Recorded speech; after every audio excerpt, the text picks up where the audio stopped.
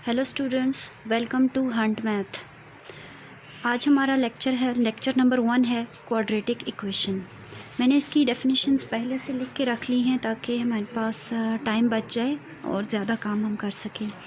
इसकी डेफिनेशन में पहले बताती हूँ कि क्वाड्रेटिक इक्वेशन है क्या चीज़। Quadratic comes from a Latin word quadratum which means square, square figure, sides of a square. यानी कि क्वाड्रेटिक जो हमारे पास एक वर्ड है, ये एक लैटिन वर्ड क्वाड्रेटम से आया है, जिसके मीनिंग्स डिफरेंट हैं। यहाँ पर जो मैंने लिखे हैं वो हैं स्क्वायर यानी कि 4, स्क्वायर, स्क्वायर फिगर यानी कि जैसे स्क्वायर फिगर जिसकी 4 साइड्स होती हैं, साइड्स ऑफ ए स्क्वायर, या जो स्क्वायर होता है उसकी sides. It is an equation of variable x with highest exponent two square. यानी कि इसमें हम जो वेरिएबल लेते हैं वो एक्स होता है, लेकिन एक्स के अलावा भी हम वेरिएबल्स ले सकते हैं। यहाँ पर जो हम वेरिएबल ले रहे हैं वो x है, और x की जो हाईएस्ट पावर होती है हमारे पास वो 2 होती है, स्क्वायर। ये स्क्वायर का मतलब 2 है।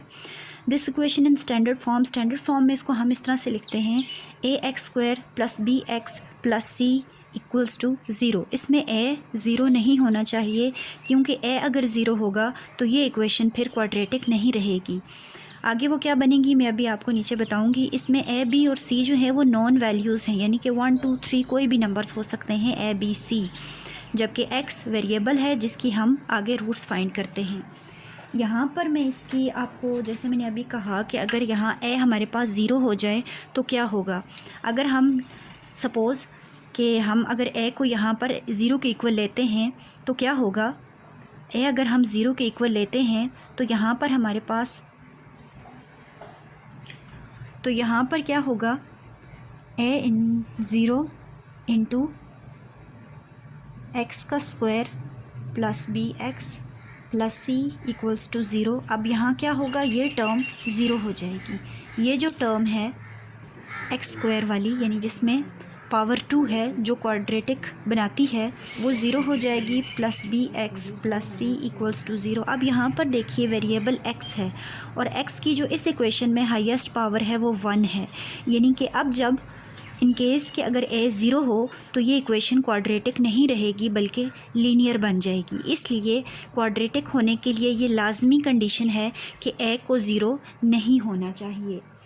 अच्छा जी, यहाँ पर वैसे तो जब हम सॉल्व करते हैं, एक्सरसाइज सॉल्व करते हैं, तो हमारे पास मोस्टली इक्वेशंस जो होती हैं वो क्वाड्रेटिक होती हैं, लेकिन कभी कभी ऐसे होता है कि इक्वेशन को हमें थोड़ा सा ट्विस्ट करके दिया जाता है, उसकी कुछ फॉर्म्स बना दी जाती हैं, होती वो क्वाड्रेटिक ही हैं, लेकिन बज़ाहिर वो हमें क्वाड्रेटिक नज़र नहीं आ रही होती।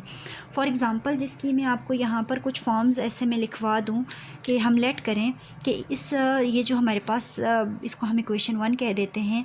इस इक्वेशन 1 में हमारे पास अगर हम लेट करें कि b = 0 है, b को हम 0 को इक्वल ले लें, तो ये इक्वेशन 1 इम्प्लाइज़ क्या होगा, ax² + 0 × x + c = 0 हो जाएगी।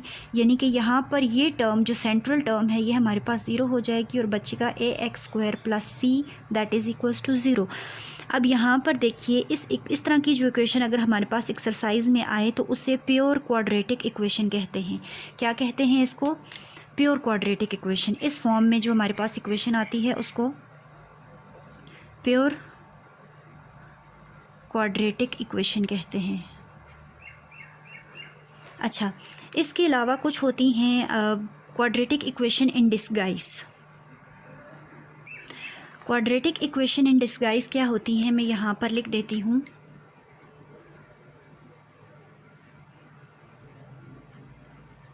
इक्वेशन इन,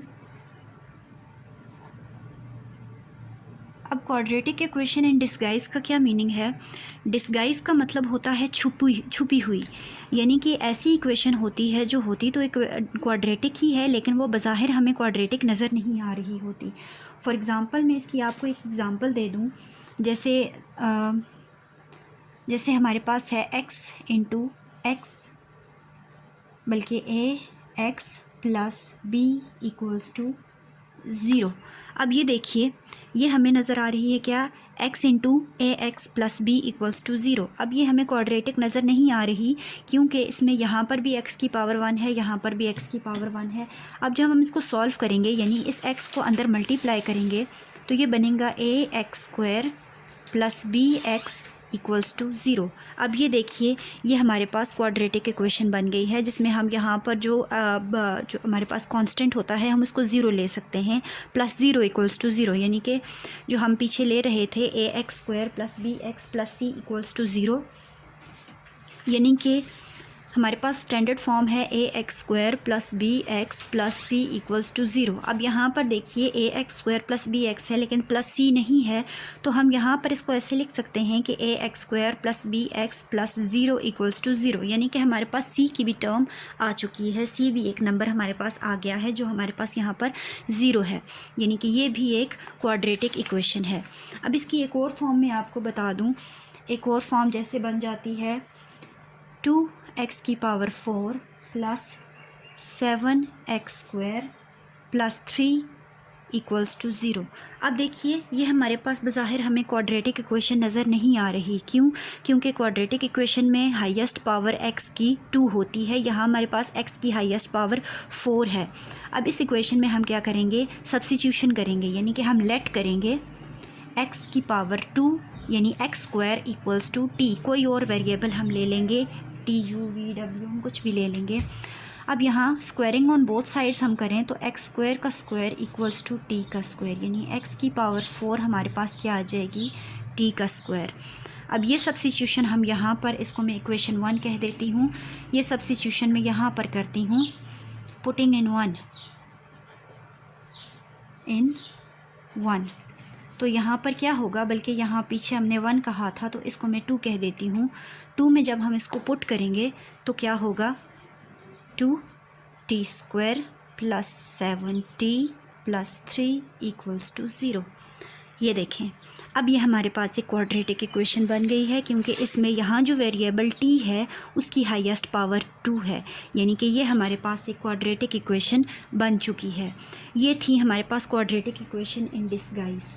अच्छा, क्वाड्रेटिक इक्वेशन को सॉल्व करने के कुछ मेथड्स हैं, वो मेथड मैं आपको यहाँ पर लिख देती हूँ, मेथड्स ऑफ सॉल्विंग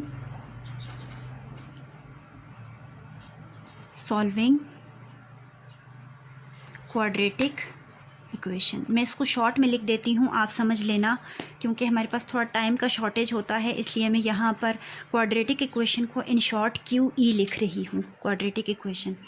अब इसको सॉल्व करने के 10th स्टैंडर्ड में हमारे पास 3 मेथड दिए हुए हैं। Number 1 is factorization, number 2 is completing square method,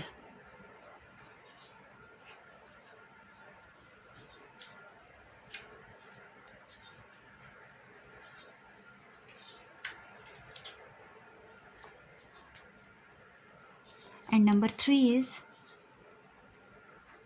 quadratic formula.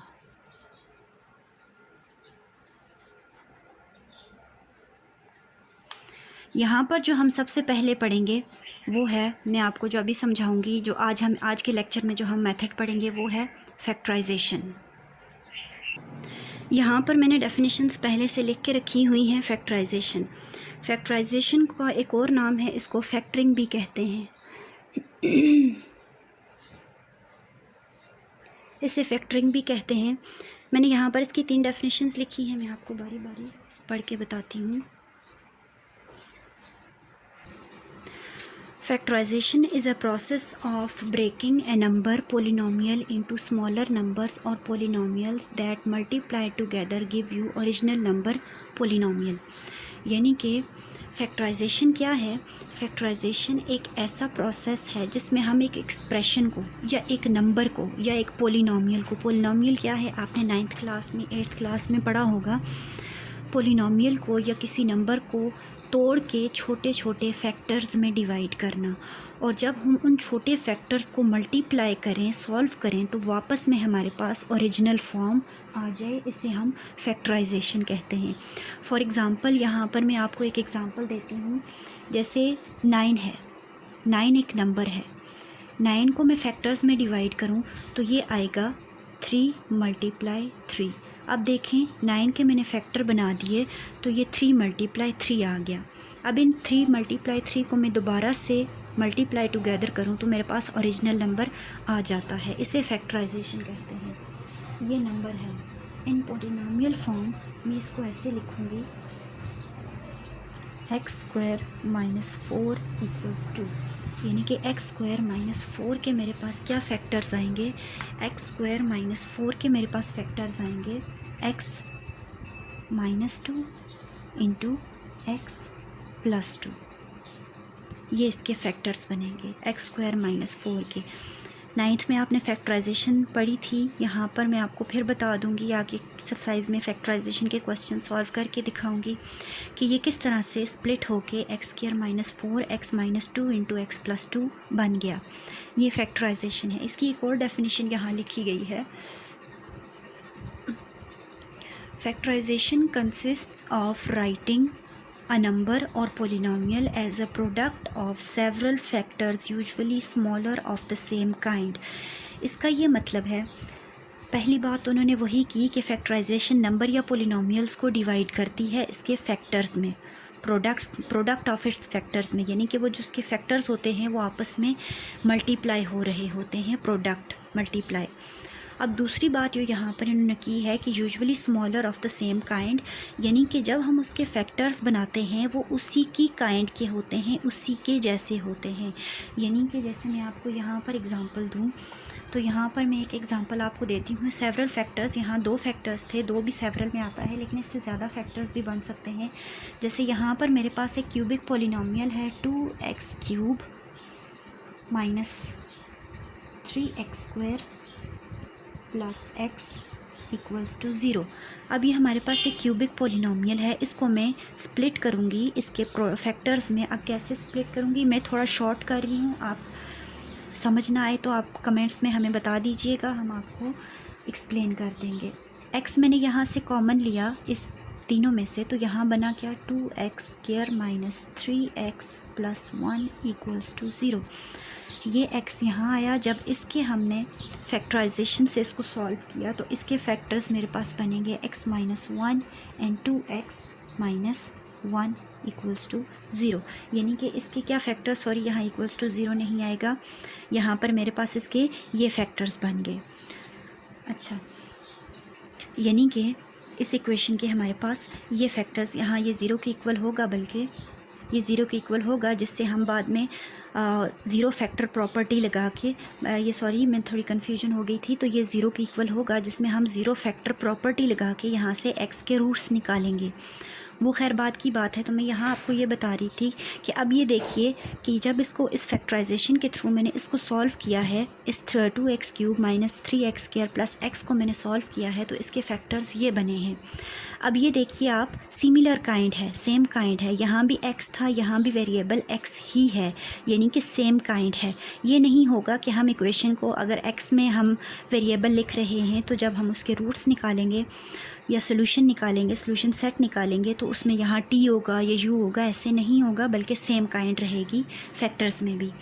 तीसरी डेफिनेशन जो मैंने यहाँ इसकी लिखी है, that is the process of writing the given expression as a product of its factors, यानी कि सिंपल डेफिनेशन है ये कि किसी भी एक्सप्रेशन को उसके फैक्टर्स की फॉर्म में लिखना, as a product of its factors, यानी कि उसके फैक्टर्स ऐसे लिखने के वो आपस में मल्टीप्लाई हो रहे हों, हम उसे फैक्टराइजेशन कहते हैं। इसकी सिंपल एग्जांपल जो मैं आपको दूँ, कोई भी आप एक्सप्रेशन ले लीजिए, 3x² + 2x - 1 = 0, तो इसके फैक्टर्स बनेंगे x + 1 and 3x - 1 that is equal to 0, जो हम बाद में रूट्स के थ्रू निकाल लेंगे। अब यहाँ पर देखिए, ये इसकी कुछ डेफिनेशंस थी जो आपको समझ में आ गई होंगी। अब हम आगे जाते हैं एक्सरसाइज पर। अब इसकी एक्सरसाइज में आते हैं तो हमारे पास जो पहला क्वेश्चन है इसकी 1.1 में, यहाँ बल्कि नेक्स्ट पेज पर लिख लेती हूँ। एक्सरसाइज पर आते हैं। एक्सरसाइज है 1.1। इसमें क्वेश्चन नंबर 1 है। क्वेश्चन नंबर 1 में आपको कह रहे हैं सेपरेट कीजिए लीनियर एंड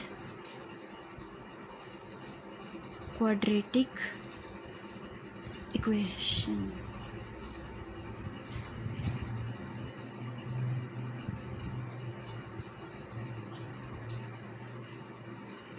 क्वेश्चन में आपको कह रहे हैं कि सेपरेट कीजिए लीनियर और क्वाड्रेटिक इक्वेशन को। अच्छा, अब यहाँ पर मैं क्वेश्चन लिखती हूँ। क्वेश्चन नंबर 1 जो है हमारे पास क्या, 5x + 8 = 3x। अच्छा, ये क्वेश्चन है, इसमें आपने सेपरेट करना है कि लीनियर कौन सी है और क्वाड्रेटिक इक्वेशन कौन सी है। हमें पता होना चाहिए लीनियर कौन सी होती है और क्वाड्रेटिक कौन सी होती है। तो लीनियर वो इक्वेशन होती है जिसमें वेरिएबल की हाईएस्ट पावर 1 होती है, और क्वाड्रेटिक वो होती है जिसमें वेरिएबल की हाईएस्ट पावर 2 होती है, स्क्वायर होती है। अब मैं इसको सॉल्व करती हूँ। 5x + 8 = 3x। यहाँ पर देखिए, यहाँ भी वेरिएबल x है, यहाँ भी वेरिएबल x है। हम इन दोनों को इकट्ठा कर देते हैं। तो क्या करेंगे, यहाँ ये +3 है, हम इसको बोथ साइड पे माइनस कर देंगे, जिसकी वजह से ये 3x जो है ये इस तरफ आ जाएगा। ये होगा 5x - 3x + 8 = 3x - 3x। +3x मौजूद था, मैंने -3x यहाँ भी कर दिया, -3x यहाँ भी कर दिया। आप इसको कैंसिल कर दीजिए, तो ये हो गया 5x - 3x + 8 = 0। अच्छा, अब यहाँ पर देखिए, ये दोनों सॉल्वेबल हैं। 5x - 3x that is equals to 2x + 8 = 0। ये अगेन सॉल्वेबल है। यहाँ से हम 2 कॉमन ले सकते हैं, ले लें या इधर तक ही छोड़ दें तब भी ठीक है। अब ये सॉल्वेबल है तो मैं सॉल्व करके दिखा देती हूँ। x + 4 = 0। अब यहाँ पर देखिए, 2 को मैं डिवाइड कर देती हूँ बोथ साइड्स पे। देन x + 4 2 / 2 = 0 / 2, ये कैंसिल हो गया। Then x + 4 = 0।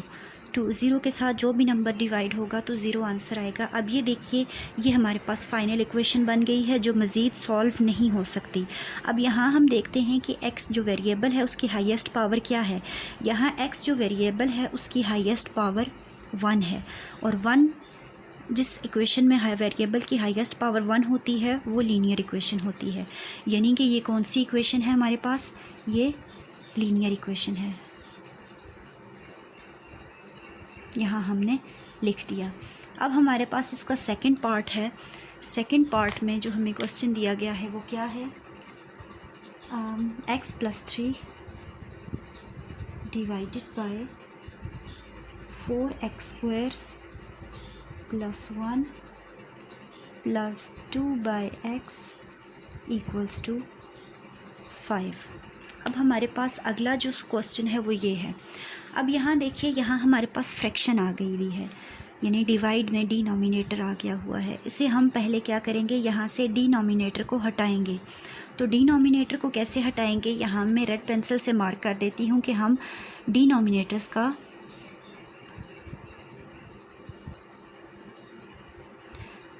एलसीएम लेंगे। आपने ये मेथड आपको पता होगा कि आप डिनोमिनेटर्स का एलसीएम लेते हैं। तो मैं ज़रा डायरेक्ट कर देती हूँ। तो इनका एलसीएम क्या आएगा हमारे पास, इसका एलसीएम आएगा x × 4x² + 1, इसका एलसीएम आएगा, जिसको मैं बोथ साइड पे मल्टीप्लाई कर देती हूँ। मैं यहाँ लिख देती हूँ multiplying x × 4x² + 1 on both sides, यानी कि इक्वेशन 1 इसको मैं कह देती हूँ। यहाँ पर ये इक्वेशन 1 है, तो इक्वेशन 1 की on both sides of EQ1, यानी कि मैं इक्वेशन 1 की बोथ साइड्स पे इसको मल्टीप्लाई कर देती हूँ। तो ये मेरे पास क्या बनेगा, ये बनेगा x + 3 / 4x² + 1 मल्टीप्लाई, पहले आप इधर मल्टीप्लाई करें या इधर मल्टीप्लाई करें वो आपकी मर्ज़ी है, x × 4x² + 1 + 2/x × 4x² + 1 = 5 × x × 4x² + 1, ये आ गया। अब देखिए, अब मैं जब ये इसके साथ कैंसिल आउट हो जाएगा, ये इसके साथ कट हो जाएगा।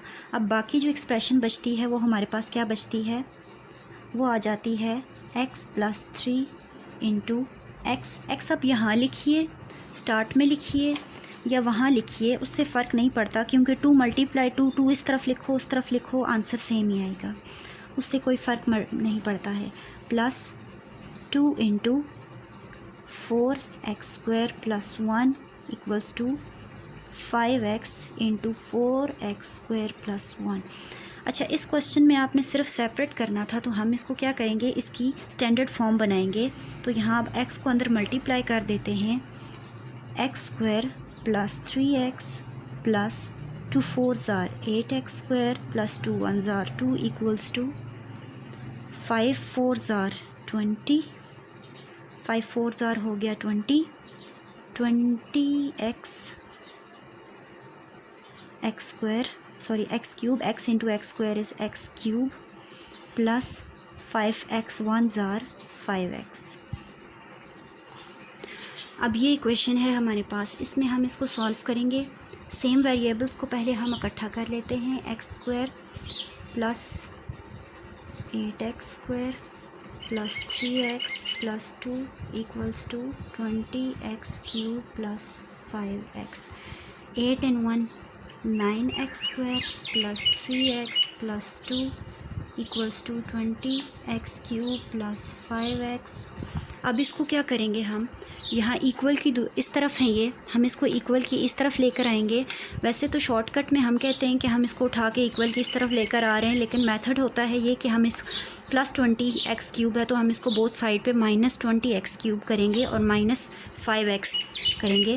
तो ये हो जाएगा 9x² + 3x + 2 -20x³ - 5x = 20x³ - 5x plus -20x³ - 5x। अब ये -5x इस +5x के साथ कैंसिल, ये -20 इस +20 के साथ कैंसिल, बचा 9x² + 3x + 2 -20x³ - 5x = 0। अब हम क्या करेंगे, अब हम यहाँ पर इसको एक्सपोनेंशियल फॉर्म के डिसेंडिंग ऑर्डर में लेकर आएंगे, यानी कि पहले हाईएस्ट पावर लिखेंगे, दैट इज़ -20x³, फिर +9x² + 3x - 5x + 2 = 0। ये दोनों सॉल्वेबल हैं, इनको सॉल्व करते हैं। ये बना -20x³ + 9x² +3 - 5 is -2x + 2 = 0। अब हम यहाँ से माइनस कॉमन ले लेते हैं, तो 20x³ - 9x² + 2x - 2 = 0। अब यहाँ पर देखिए, यहाँ पर हमारे पास जो वेरिएबल है उसकी हाईएस्ट पावर है 2 नहीं है 3 है, यानी कि लीनियर के लिए हाईएस्ट पावर होती है 1, क्वाड्रेटिक के लिए हाईएस्ट पावर होती है 2, यानी कि यहाँ पर हमारे पास हाईएस्ट पावर आ रही है 3। तो ना ये लीनियर इक्वेशन है ना ये क्वाड्रेटिक इक्वेशन है, बल्कि ये बन जाती है क्यूबिक पोलिनोमियल। यहाँ हम इसको लिख लेते हैं कि ये क्या है, क्यूबिक पोलिनोमियल।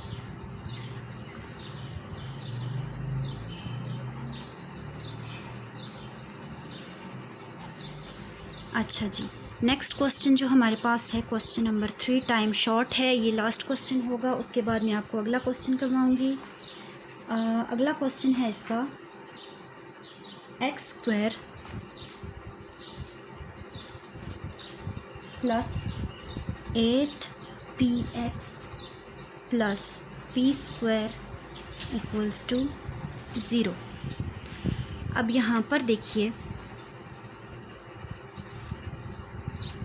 यहाँ पर देखिए, ये जो इक्वेशन है इसमें है x² + px + p²। अगर हम यहाँ पर वेरिएबल, यहाँ पर 2 वेरिएबल बनते हैं। अगर हम x को वेरिएबल लें तो x की पावर 2, x की पावर 1 और ये कांस्टेंट, यानी कि यहाँ हमारे पास ये क्वाड्रेटिक इक्वेशन की ही फॉर्म में मौजूद है। लेकिन अगर हम इसको p एज़ वेरिएबल लें तो यहाँ पर p वेरिएबल हो जाएगा और x कांस्टेंट हो जाएगा। फिर मैं ऐसे यहाँ पर आपको लिख के बता देती हूँ, यहाँ मैं आपको लिख के बता देती हूँ, टेकिंग x एज़ वेरिएबल, तो मेरे पास क्या कंडीशन बनेगी, x² + 8px + p² = 0। यहाँ p कांस्टेंट है, यहाँ मैं लिख देती हूँ, बल्कि ब्लैक से लिख देती हूँ ताकि याद रहे। Here p is constant. अगला है, दूसरी कंडीशन में ये लगाऊं कि टेकिंग p एज़ वेरिएबल, तो हमारे पास x यहाँ फिर कांस्टेंट हो जाएगा। तो ये बनेगी p² + 8xp + x² = 0।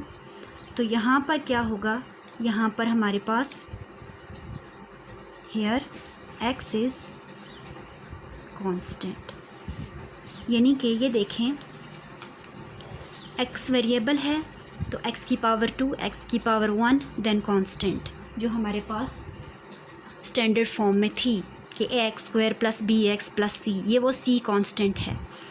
अगर हम p को वेरिएबल लें तो ये बनेगा p + 8xp + x² और यहाँ x कांस्टेंट हो जाएगा। ये हमारे पास ऑलरेडी किस फॉर्म में है, x की यहाँ पर हाईएस्ट पावर 2 है, तो ये हमारे पास वेरिएबल, यहाँ पर जो हमारे पास वेरिएबल x है उसकी हाईएस्ट पावर 2 है, यहाँ पर जो हमारे पास वेरिएबल p है उसकी पावर 2 है। तो ये कौन सी इक्वेशन हो जाएगी, ये क्वाड्रेटिक इक्वेशन हो जाएगी, जो यहाँ हम इसको लिख देते हैं क्वाड्रेटिक।